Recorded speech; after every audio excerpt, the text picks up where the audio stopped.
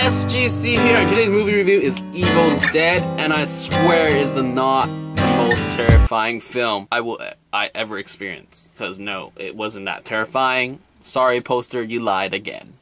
But anyway, directed by Fede Alvarez, and produced by Sam Raimi and all the producers that were on Evil Dead, and starring Jane Levy. Yep, Jane Levy of Surrogatory. Loved her in that TV series. That's the reason why I checked it out. If it was another woman or girl that was cast in this role, I would not have checked out this movie. Though the trailer made it really intense and gory, and sure, that's what I got when I watched the film. I would have to say that the trailers may paint a crazy slasher possession film. I give props to what they did with the setting. Because, I mean, usually you have your cabin, oh, let's get drunk, and then we have ghost things, and let's kill each other. Like, drunk. Like, I don't really connect the whole getting drunk, because I don't really go out and drink, and then I would chill out at a cabin, totally off from civilization, because I would not do that. So, what they did with this setting was that Jane Levy's character, Mia, is a heroin addict, and a bunch of her friends, and her brother, and her girlfriend, brought her to this cabin to, like, do a cold turkey off heroin sort of thing. So, I buy this, because, I mean, you're helping a friend trying to fight addiction, and now that when she does get possessed in the beginning, they think that she's off her wax, and it's a lot more than, let's get drunk. So, obviously, from the trailers, you know, people are going to be cannon fodder, in the sense where they're just here to die.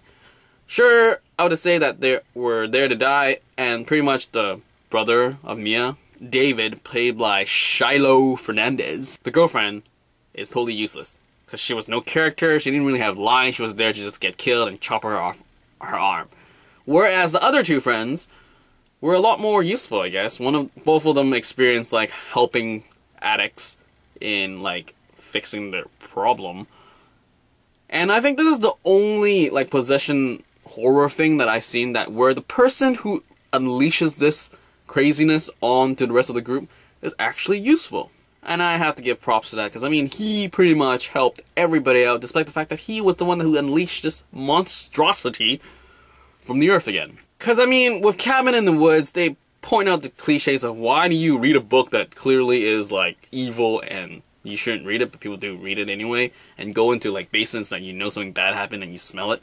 And, yeah, like, I'm glad Evil Dead sort of put it in that retrospective, as in, like, we're actually here for a reason besides getting drunk. Like, they didn't even drink. They didn't really chill out, actually. They just try to, like, fix her in the addict sense. And then, yeah, and then things happen. Gore went to gore. And the guy who released everything, like, Eric, was a pretty sturdy guy who just couldn't die with all those, like, pains on his body. And that's one of the things that sort of, like, whoa, he should have died a long time ago, but he's still not dead, because it's, like, clearly this movie has never heard of excessive bleeding, because he's bleeding everywhere. The gore, I mean, it's cool, okay, I guess. Scary-wise, not really scary. It's more of those, like, you know the moments are coming so you can cover your face, and it's a sound that pops all of a sudden that scares you rather than the actual scene. And, yeah, that's why I don't really go to theaters to watch it, because I scare of the sound rather than the actual scene. In the ending, pretty awesome. I mean, you bring the chainsaw back, and just, like, craziness, fight out, and when it was that monstrosity that came out of the earth, that was just when I didn't have to, like, care, because it was not scary, because this thing has to move to attack Mia. So yeah, I guess this movie was, like, to expectations. I mean, I didn't really expect grandeur of story. Gore-wise, it was pretty there. I mean, cutting off limbs and stuff, and just, like, hacking people off.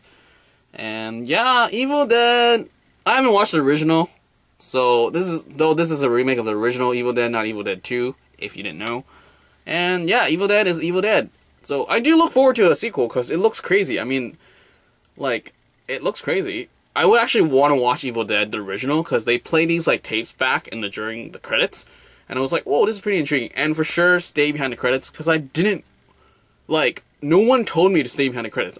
And just me being the weird moviegoer that sometimes I just like, oh, all these people working on the movies, I'll just stay anyways. And I actually caught a behind the credits scene without actually being told to stay behind, and so that was kind of cool, and it was kind of cool. Anyway, that is all. I'm repeating myself, so done and done. Evil Dead movie review, that's all. See ya.